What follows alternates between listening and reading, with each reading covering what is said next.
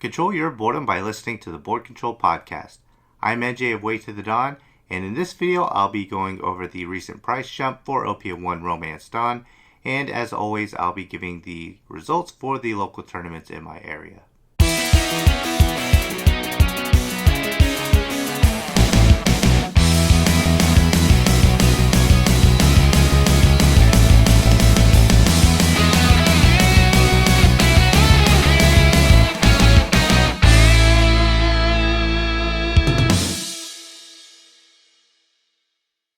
So before we go over the price spike recently for OP01 Romance Dawn, I will first ask the question of the week, which you can answer in the comment section below.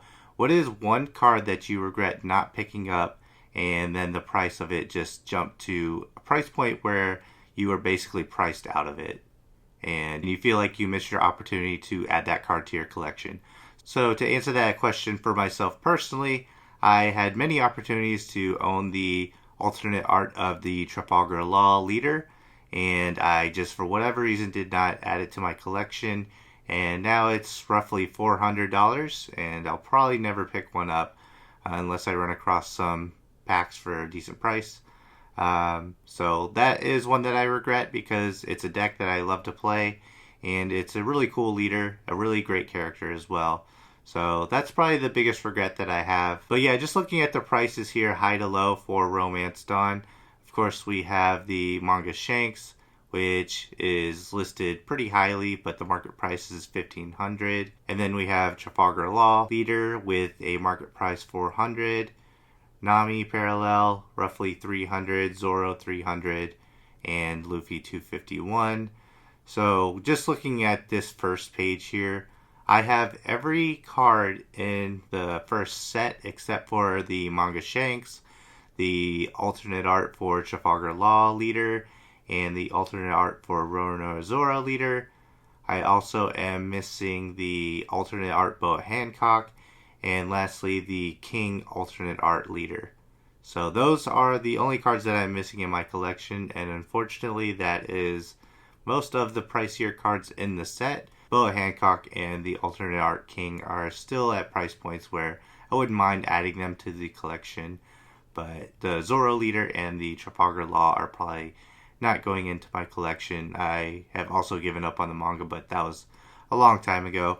But I'm pretty happy with having a mostly complete set 1. I play min rarity in my decks, so I don't really look to just completely bling out my decks with alternate arts. I like to collect one copy of each and add it to my binder, and I don't go hunting for these cards either. Whenever people want to trade, I'll usually trade for cards that I don't have, but pretty much what I open from my booster boxes and my winning packs are all that I get in my collection. So yeah, I'm definitely player first, collector second, but it's always nice to fill out the binder. Looking here at some of these price jumps, and I don't have any concrete evidence of this, but basically what I heard was that they're no longer printing set 1, so that led people to go on buyouts of a lot of the set 1 alternate arts. So we've seen jumps for the leaders here. There's also the pre-errata and errata that also goes on when it comes to this type of stuff. So looking at the Trafalgar Law Leader here, we see it's a pretty steady rise, I think. We go from about mid-December, roughly 300, and to where it's at now, about 400. So mid-December to mid-January, it went up about $100.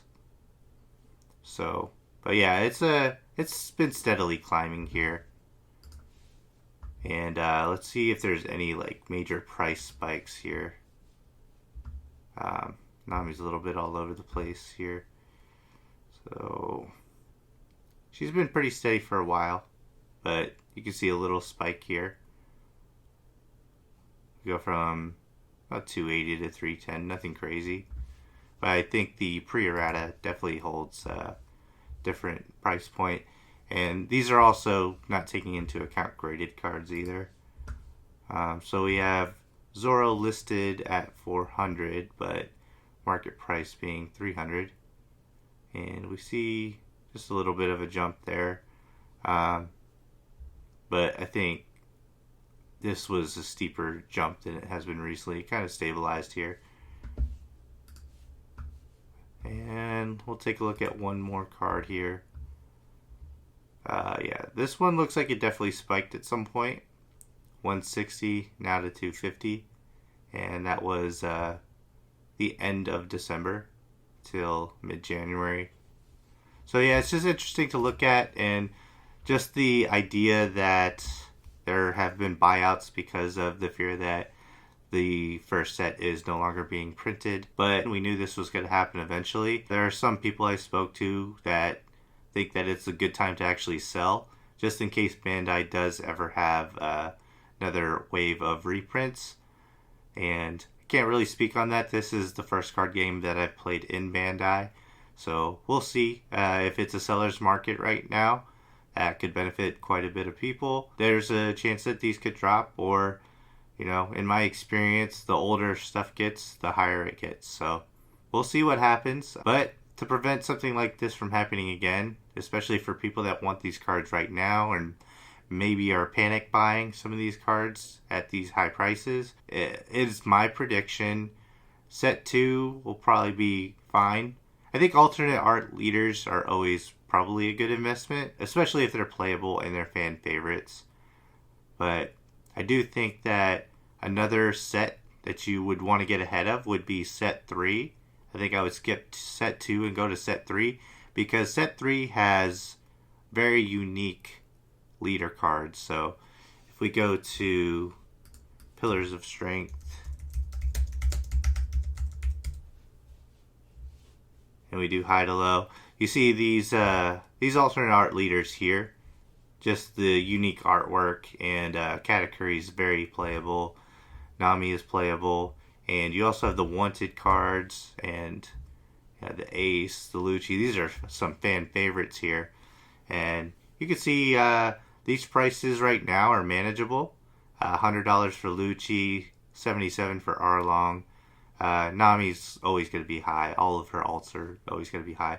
Katakuri is very high right now. So, you know, that could be one that jumps up to 400, kind of like the Law Leader. Nami will probably go up as well. I think Ace will go up just because he's a fan favorite. I don't know how many fans Rob Lucci has, but it's probably going to go up to maybe 200 in the near future. But this is the set that I would go after next. They have the wanted cards, the alternate art Charlotte Pudding, and you can't forget the alternate art Katakuri. Even the secret rare Katakuri is, you know, pretty high. But yeah, let's see. Just so many playable cards in this set. I think that this is a really important set for the game. You got 10 drop Big Moms down here at only $28.99 right now, so that could be a card that goes up. Marco the Phoenix, really good card. Paraspero, good card. Khalifa will probably go up. Yeah, I just see this set being the next set to have price spikes, but I could be wrong. That's just a prediction I had to kind of get ahead of the game here.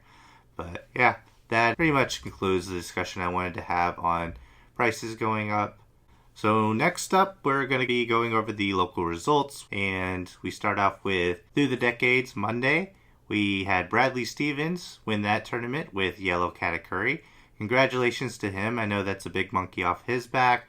He is constantly getting to the finals, but always losing in the finals. So, you know, I've spoken to him about it a couple times, and I was always rooting for him every time he got to the finals, just so he can finally get the win.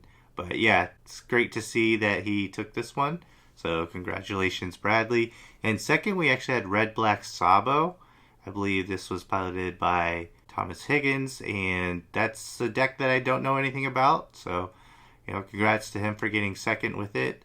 Blue Purple Kaido is also interesting to see. And lastly, Yellow Katakuri. So this was the first Monday hosted by Through the Decades. They have tournaments throughout the week, but they decided to add Monday as a day. And I think it had an okay turnout. I think it had 13 if I'm not mistaken. But definitely some interesting decks in the top 4 there.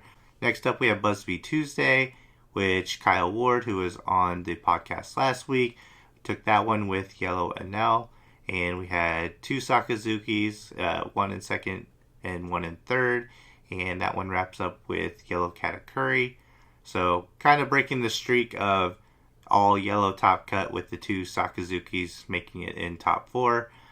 Next up, Through the Decades on Thursday, we had Bo Brown take it with Blue Black Sakazuki, followed by 3 Enels in second, third, and fourth.